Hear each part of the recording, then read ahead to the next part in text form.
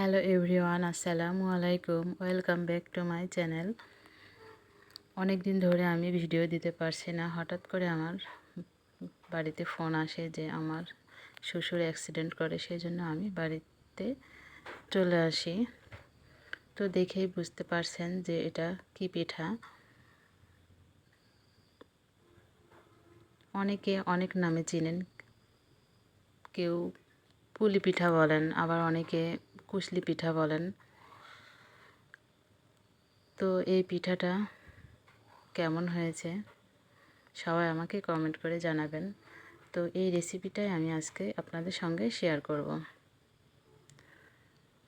তো প্রথমে আমি এই পিঠার পুরটা বানিয়ে নিব। 1 চামচ ঘি দিয়ে দিলাম। এই বাটিতে 1 বাটি আরও হাফ বাটি নারিকেল দিয়ে আমি ভালোভাবে ঘিয়ে ভেজে নিব। নারিকেল সুন্দর করে ভেজে নিতে হবে।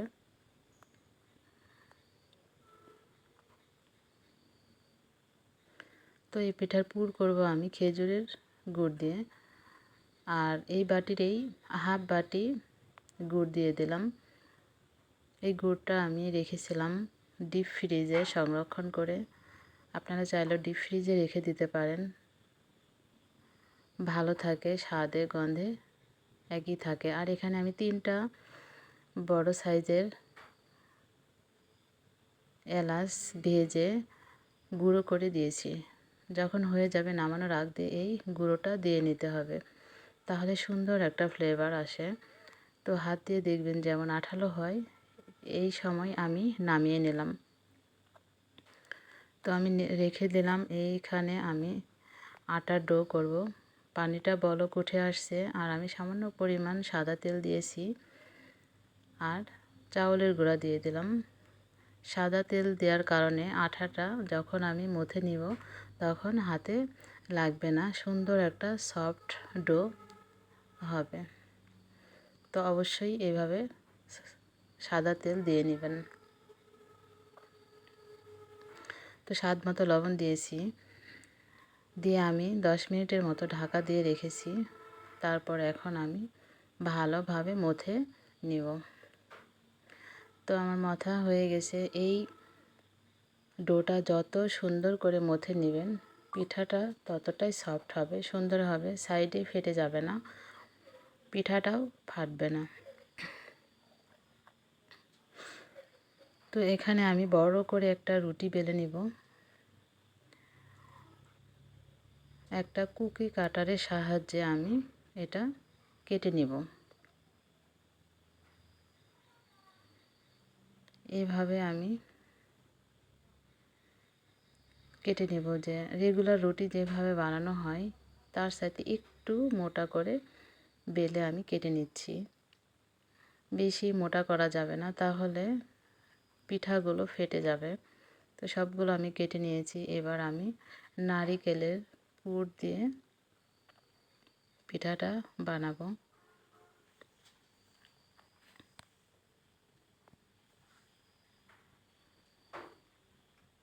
আঙুলের সাহায্যে এভাবে পানি দিয়ে পিঠার 4 সাইডে লাগিয়ে নিতে হবে।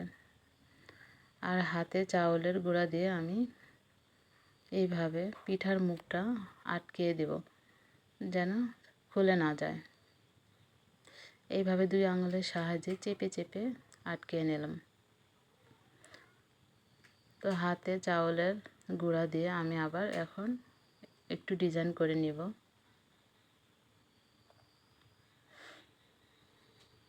চাউলের গুঁড়া হাতে না নিলে পিঠাটা হাতের সাহায্যে লেগে যাবে, হাতের সাথে লেগে আসবে।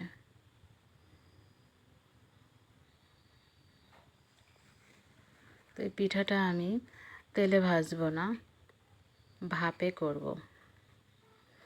এই পিঠাটা ভাপে করলেও অনেক মজা হয়। আপনারা একবার হলেও এই পিঠা ভাপে করে খেয়ে আমাকে কমেন্ট করে জানাবেন যে কেমন লেগেছিল। তো আমি আরেকটা আবার করে দেখাচ্ছি যে এইভাবে পানি লাগিয়ে 4 সাইডে আমি আবারও 2 আঙুলের সাহায্যে পিঠার মুখটা এভাবে চেপে চেপে আটকে দিলাম, দিয়ে আমি ডিজাইন করে নেব। তো আমার রেসিপিটা যদি ভালো লেগে থাকে তাহলে অবশ্যই লাইক, কমেন্ট, শেয়ার করবেন। যারা অলরেডি আমার চ্যানেলটা সাবস্ক্রাইব করে দিয়েছেন তাদেরকে অসংখ্য ধন্যবাদ। আর যারা এখনও নতুন আমার চ্যানেলটা সাবস্ক্রাইব করেননি তাদেরকে আমার চ্যানেল সাবস্ক্রাইব করে দেওয়ার অনুরোধ রইল। চ্যানেলটা সাবস্ক্রাইব করে আমার চ্যানেলটা ভিজিট করে আসবেন। তো এইভাবে রাইস কুকারের যে ছাকনা থাকে এই ছাকনাতে আমি তেল মাখিয়ে নিয়েছি যেন পিঠাগুলো আটকে না যায়। এইভাবে রাইস কুকারে আমি ভাপে সেদ্ধ করে নিয়েছি। তো দেখুন কত সুন্দর হয়েছে। অনেকে সমস্যা হয় যে তেলের জিনিস খেতে পারে না, তারা এইভাবে ভাপে করে নিতে পারেন, এটাও অনেক মজা হয়।